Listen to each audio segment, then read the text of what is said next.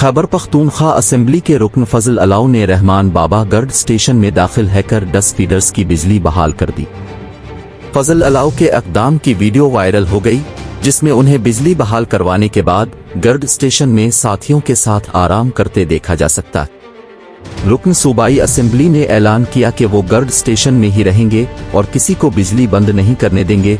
जियो news से गुफ्तगू में फजल अलाउ ने कहा कि Peshawar electric supply company PESCO और जिलाई इंतजामिया ने लोड शेडिंग का शेड्यूल दिया था। उन्होंने कहा कि पेस्को ने लोड शेडिंग के शेड्यूल की खिलाफ वर्जी की, जिस पर गर्ड स्टेशन आकर बिजली खुद बहाल करना पड़ी।